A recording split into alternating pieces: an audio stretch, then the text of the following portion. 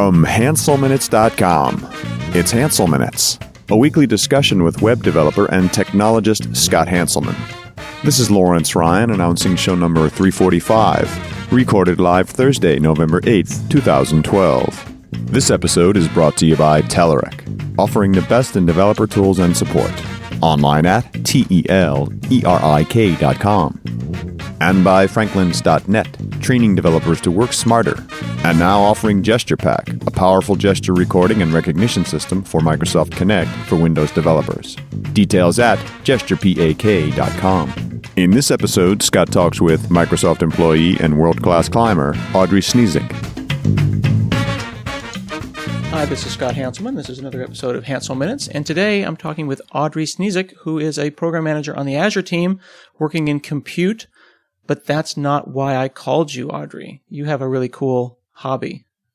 Yes, I do. Would you call it a hobby, or would you call it a life obsession that you would rather be doing than working? I think it's more of a life obsession. What do you do that you're world-class at? Tell me. I'm a rock climber.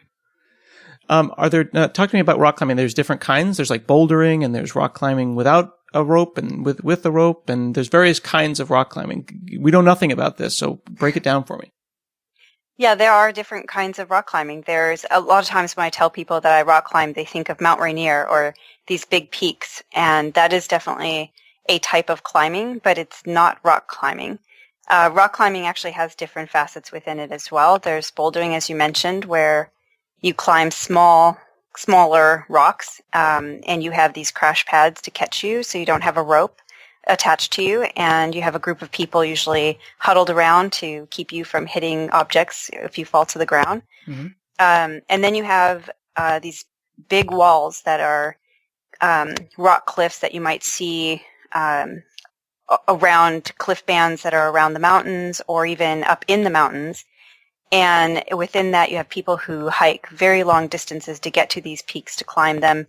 And then you have something more like what I do, which is I go out to maybe smaller approaches within the 30-minute, 40-minute range, not too high elevation gain, but you approach these rock walls, and then they are about several hundred feet, maybe, of varying heights, and I scale those. And they range in difficulty from scrambling to very technical, could be very steep.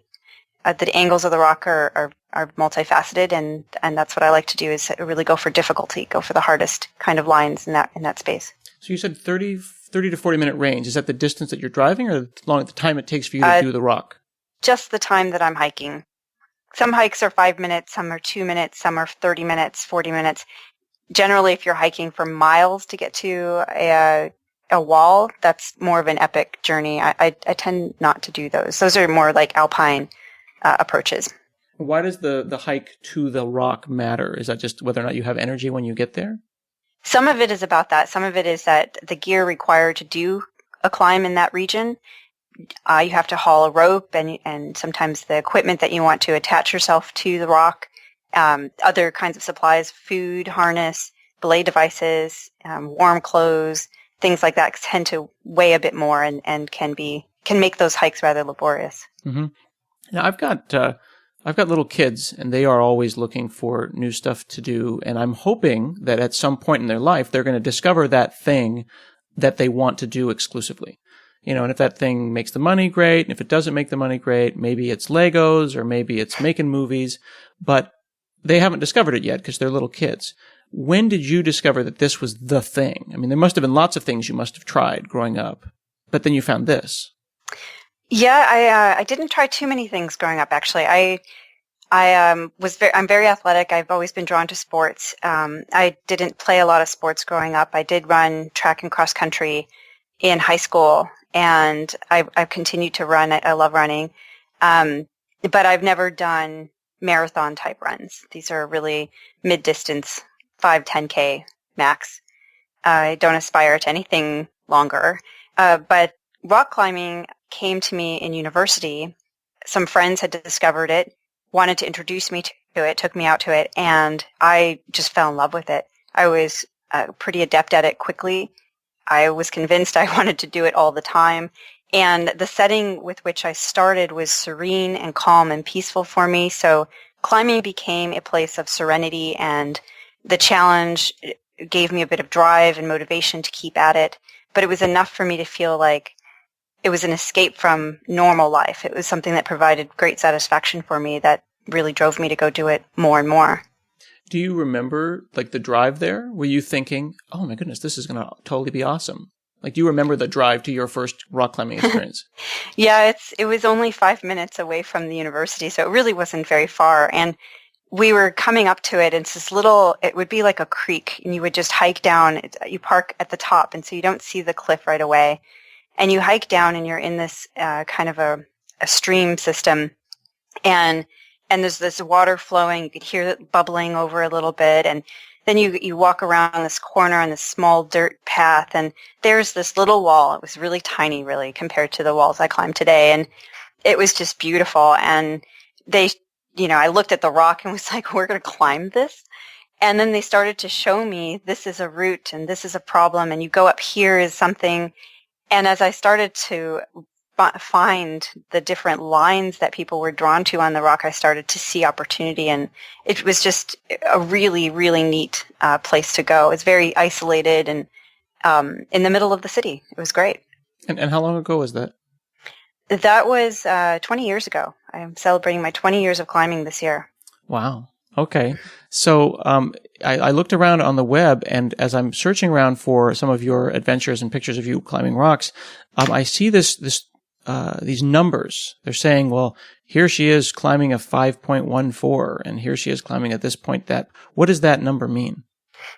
The numbers, in fact, the 5.14, we call it 514. It's a great, no worries. It's a grading system that we use here, and that is the Yosemite system. The Americas pretty much follow that. The Europeans have a different system. Australians have a different system. So there's multiple ways to grade the difficulty of a climb. And in our system, a scramble where you might need to tie in with ropes might start around a 5.5, so 5.5 grade. And then you would grade the difficulty by number from there. So you might have a 5.5, a 5.6, a 5.7, a 5.8, and these are really the easier set of climbs. And as they go up, they become gradually more difficult. And when you hit that 5.10 space, for some reason we decided between 5.10 and 5.11 that we could be more granular in the difficulty. So now you get 5.10A, B, C, D, and then you'll have 5.11. So there's 4 grades within each number after that. And once you hit 5.14, we now have something that's called a 5.15, a 5.15A, a 5.15B, maybe the potential for a 5.15C. Those are the cutting edge difficulty lines that are being established today, and there are only a few of those in the world, and only a very, very few people who can climb at that level. So down from there, you can see that if you get up to that difficulty marking, you're pretty much at the echelon group of people who can climb at that grade. Mm-hmm. And what does the 5 mean? If easy starts at 5 something, then there's no 4s or 3s. Or walking around to the mall is a 3. Actually, that's right. It actually does go something like that. And there's that scale is more in the mountaineering book that outlines why it starts at 5 or whatever. It seems silly. It seems kind of random, but that's how we do it. Okay. So then if I understand what you just said, then 5.14 would be non-trivial for anyone. That's right. 5.14 is a highly sought after grade for everyone in climbing if you're driven for that. Mm-hmm. But you were climbing that 10 years ago, 15 years ago, even more. Actually, no. I came at rock climbing very much like the average person, very recreationally for a number of years. Mm-hmm. And I was climbing I was climbing hard 5.11 for the duration of that time period until I decided that I thought I could do more and wanted to try to attain a 5.14 grade one day. So I've only just done my first 2 5.14s this year. Oh, wow. Okay.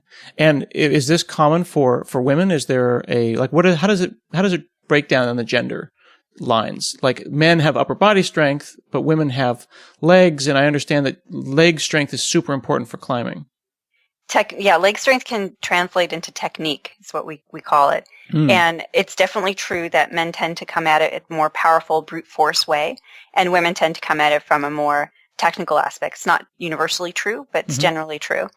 And I think, women, or in my case for sure, I work really hard at trying to develop power and become a more powerful climber. And I know that there are some very strong men out there who they focus a lot on their technique, trying to become a more technical climber. And the balance of that really, really can improve your climbing potential. That doesn't mean that you can't be a 514 climber and just be powerful or just be technical with some power. I think it's all very individual.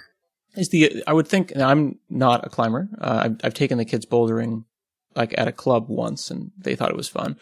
But as an engineer type person, I am immediately starting to try to solve this in my head. And I'm thinking to myself that the amount of power that you could produce as it relates to your weight, if you could remain small and thin and light, but have a lot of power in your arms and legs, that would be good. So if you gained 10 pounds of muscle, that might be good, but then you got to carry around 10 pounds of muscle. Do you think about things like that? I do. I think about that a lot. I think a lot of climbers think about that, especially when you're trying to do the more difficult routes. I think as an athlete, in any trade, when you're obsessed at that level, it's somewhere along the line you start to think about your strength to weight ratio. And how does that work for you? I mean, I assume you can do a lot of pull-ups. No, actually, I can't. I don't train a lot of pull-ups. I do a fair number, and I've certainly done some training with pull-ups over the years, but I don't do a lot of them. I do focus a lot on training for power, and that might include some pull-type exercises. And I think it's a combination of the core balance and strength with some leaning out, so that you're not too muscular, but you have some muscle. You train fast twitch so you can react and be powerful. And you don't want to bulk up, and you don't want to be too lean so you can't tap into that power because you're too hungry and starved, so you have no energy to, supply that. So it seems like for me, it's just it's a balancing game. There are definitely times when I'm focused more on building power and not worrying about whether I build muscle mass and trying to be strong. And then there are definitely times when I'm worried about, can I be leaner and increasing my cardio to try to improve that aspect. And maybe that's targeting a specific time for climbing outside, or maybe it's a specific competition.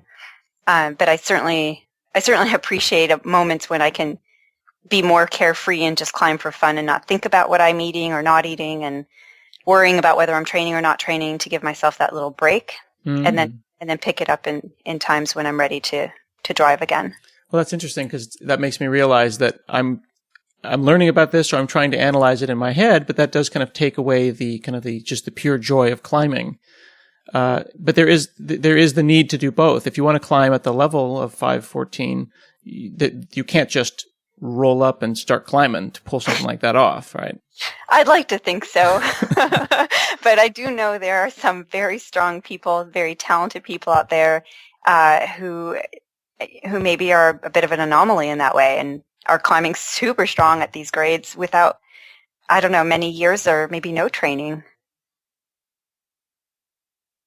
Hey, this is Scott, and I am really excited about these guys. This is a special offer from our friends at DN Simple. True story, Carl reached out to DN Simple to ask them if they wanted to advertise with Hansel Minutes, because we like them that much. It was a kind of a funny thing. They didn't come to us. We went to them because we think DN Simple is great. It's a hosted DNS service that you use to manage your domain names. Prices start at about $3 a month for up to 10 managed domains. You can also use DN Simple to register domain names, purchase SSL certificates. All of my domains have been moved off of GoDaddy and are now at DN Simple.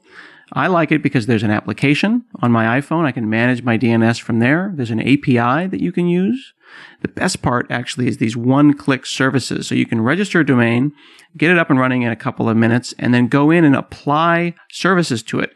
So you can say, this domain is for Google Apps, and this domain is for GitHub pages, and this domain is for Postgres. And they know the DNS records and set them up for you. Even for something as complicated as Google Apps, there's like 11 different settings you need to create.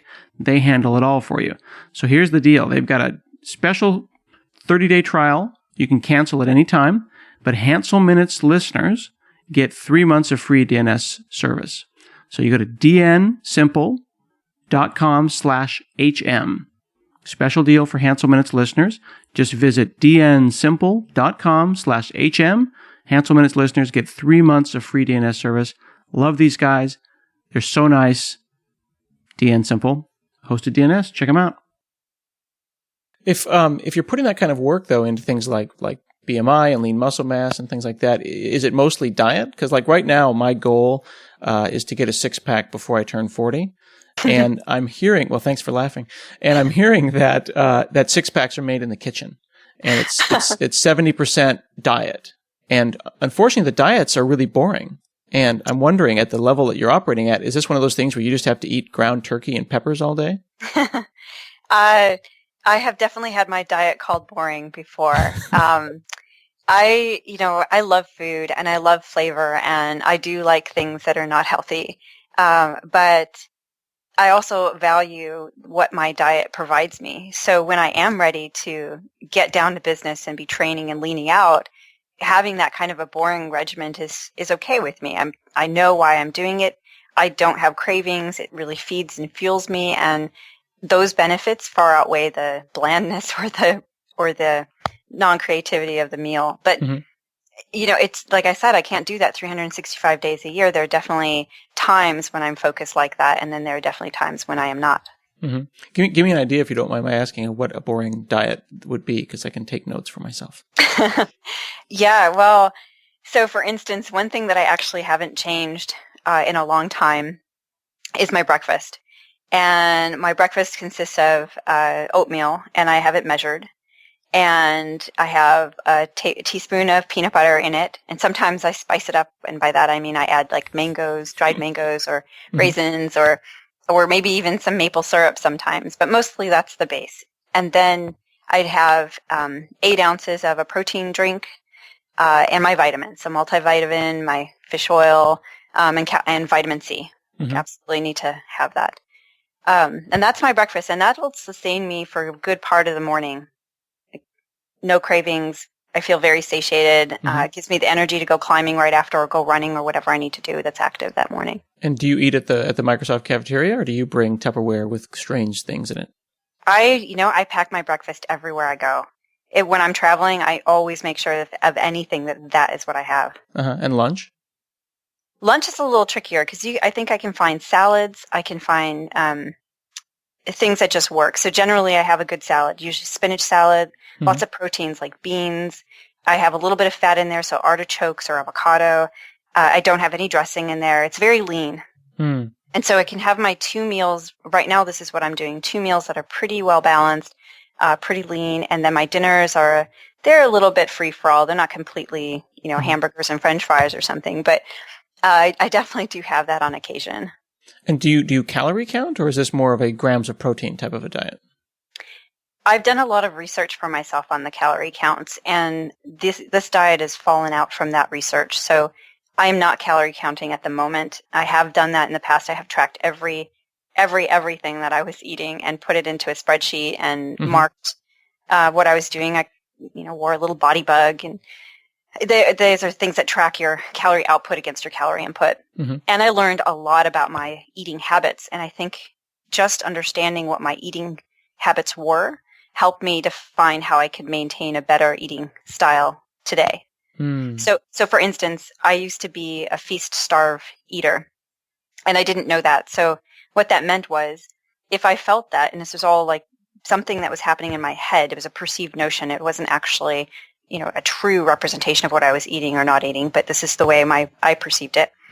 If I felt that I was eating too much, then you would see my calorie count go up. And then when I hit some perceived mark, I would say, oh gosh, I've been eating too much, so I need to pull back. So then I would just under-eat the calorie intake I was supposed to have for a day or 2 or 3, and it gradually start putting more calories back in as I started getting hungrier. And then you'd see this like, oh, well, I'm eating too little, so I'm eating a little more, and then I'm eating too much, and then now I'm starving myself again and going back up into these like highs and lows. And that's not good for consistent performance or training, and certainly not for your overall like feeling of being satiated and well nutritioned. See, this is very sad. You've just described my last month or two of dieting. Yeah, so I made a change, and now I eat more consistently, a similar calorie count more regularly, and that helps me feel better. So this is interesting because I'm hearing there's an analytics to this. I mean, it's not just show up and be awesome, and you've obviously got some genetic talent, but you have an analytical mind, and presumably that's the same kind of person that would create an Excel spreadsheet full of diet information is the same type of person that would create an Excel spreadsheet for work and do all sorts of analysis about a particular feature in Azure or something compute organized. I mean, how much do you think that your personality is making you successful at work and in your lifestyle? I'm sure it's the same. Yeah. Yeah. I did a talk for Microsoft actually for climbing training, and in there was a diagram of a pyramidal diagram for progression, and then I followed it with some charts, and I had to laugh. Yes, I had to laugh because only a Microsoft person could appreciate that there were charts in this PowerPoint slide about climbing training. That's awesome. The fact that there's a PowerPoint at all, as opposed That's to right. No field trip there. But it sounds like your job, and forgive me if I'm taking you in a direction that's not okay, but you're choosing to prioritize one thing over the other. Like you could be all career focused and be at a high rank at Microsoft and, I don't know, make lots of money and, I don't know, whatever Microsoft benefits would provide you if you went kind of all out. But I'm seeing or I'm hearing that that's not your priority and that you've got a nice, comfortable situation, a nice, comfortable position, and it enables you to do more outside of Microsoft. That's right, actually. I'm very, very lucky, and I think I'm very fortunate to be in the position that I'm in, and I've worked really hard to create the type of flexibility that affords me to be somewhere where I have a very different backyard for climbing, if you will. Yeah. Yes. And you've got, so you're in Seattle, right? Currently, no, I'm not in Seattle. Where are you now? Are you traveling? Yeah, I'm actually living in Kentucky for a few months. Really? And so you just called your boss, Kentucky has some awesome rocks. Can I do my job from here? No, it's not as simple as that, actually. That would be great. It would be great. There are definitely some things about my work environment that I don't promote too highly or too broadly. The reason is that it's not as simple as that. When you work away from the office, things have to be seamless. They have to recognize you as still being basically in the office, not traipsing the world, right? Because it sounds like vacation. Exactly. This is by no means a vacation. I think it's very much a misunderstood idea when someone hears that I'm working remotely.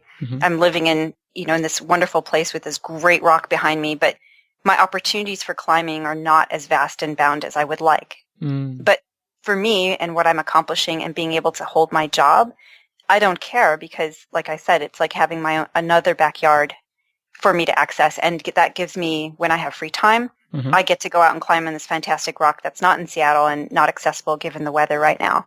But it is accessible here. So it's a unique opportunity, and I realize that it's a very rare thing and it's not common at Microsoft at all. So I try not to take advantage. No, I understand. Well, remember, you probably don't know this about me, but I'm not in Seattle.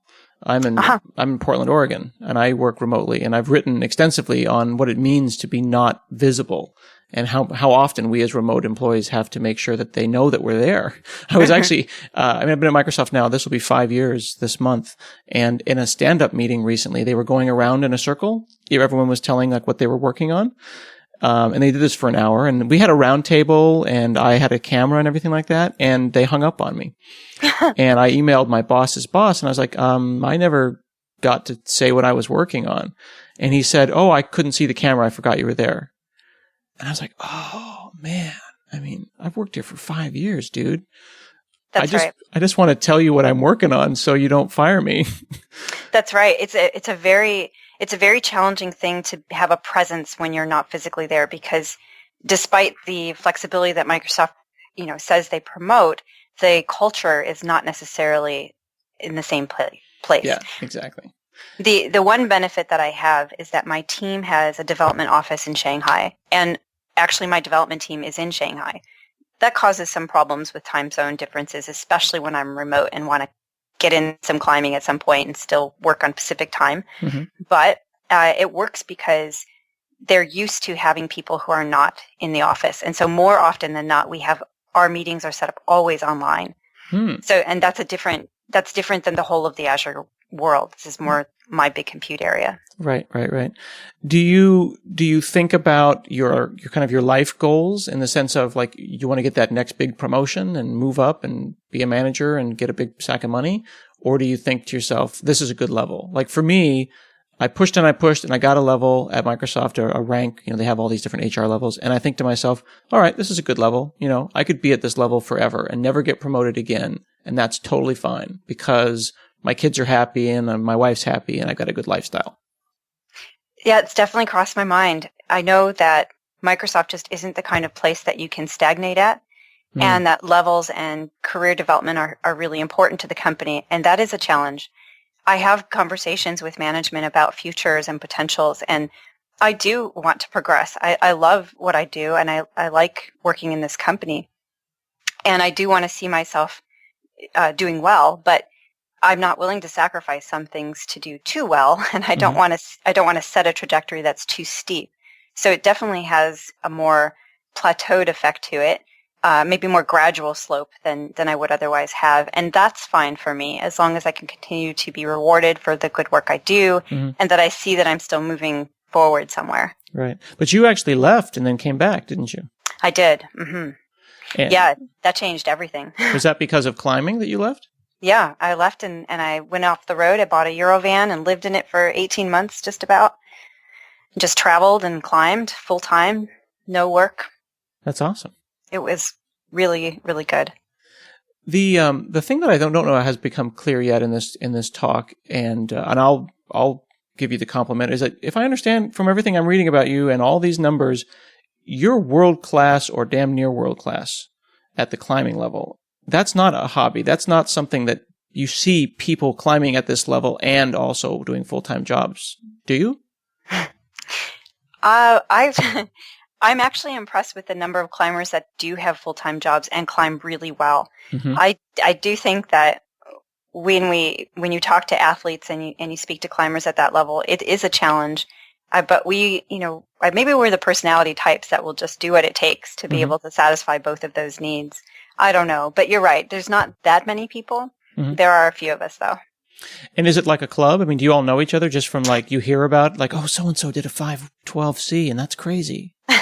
Yeah, actually the club's online. You can go to 8a.nu and stalk us anytime. That's cool. At some point, will you choose to plateau and you'll say, well, this is breaking my body down or the tendons in my hands are breaking down? Or is there something that you can keep pushing until you're into your 50s or 60s? Gosh, I really hope I can keep pushing it. I really don't know where to stop right now. I've seen people who are, in their 50s or even in their 60s and climbing really well. And I know a gentleman, he did another 14, and he's in his 50s. And I just admire that they can still be out there and climbing so strong and pushing their limits even at that age. It just shows me that there's no limits really. It's just whatever you can think you can do and imagine and have the drive for, go for it, and it might be possible. What kind of things will start to break down physically? Like I assume you're putting a lot of like the fingers. I'm thinking about like I know from typing my hands hurt, and I've had tendon pops and trigger finger surgery. I can only presume that you're doing a lot to your hands. Yeah, I think the thing that suffers the most is my computer work coupled with the climbing because it's all forearm and arm based. But really, I think the things I notice the most are my recovery times are a lot longer. I need more rest. I can't do hard stuff, as many hard climbs maybe, or as I used to be able to do. So I have to be more efficient and selective about how I go about training to prevent injury, to stay healthy, to get stronger with, the way I'm aware of my body. And that's, I think, a function of age. I think you watch the kids today and they hang on forever, never get tired. They have this strength to weight ratio that's just to die for as an adult. Yeah, and you watch them, they can eat anything and, to be young again. No, I know. I'm coming up on 30, on the north end of 40 there, and I'm starting to realize that just literally the difference between 34 and 35 and 38 and 39 is just more than 5 years. It's like a decade, particularly around recovery time. You have That's right. You have to move smarter, Mm-hmm. which is really interesting. Well, this has been really, really cool. This is fascinating. So it's okay for people to go and check out your blog, and you have a Facebook athlete page. And what was the name of the forum for learning about climbing? 8a.nu. 8a.n.nu. Yep. Okay, cool. Well, thank you, Audrey Sniezek, for chatting with us today about climbing and the work-life balance. All right. Well, thank you for having me. This has been another episode of Hansel Minutes, and we'll see you again next week.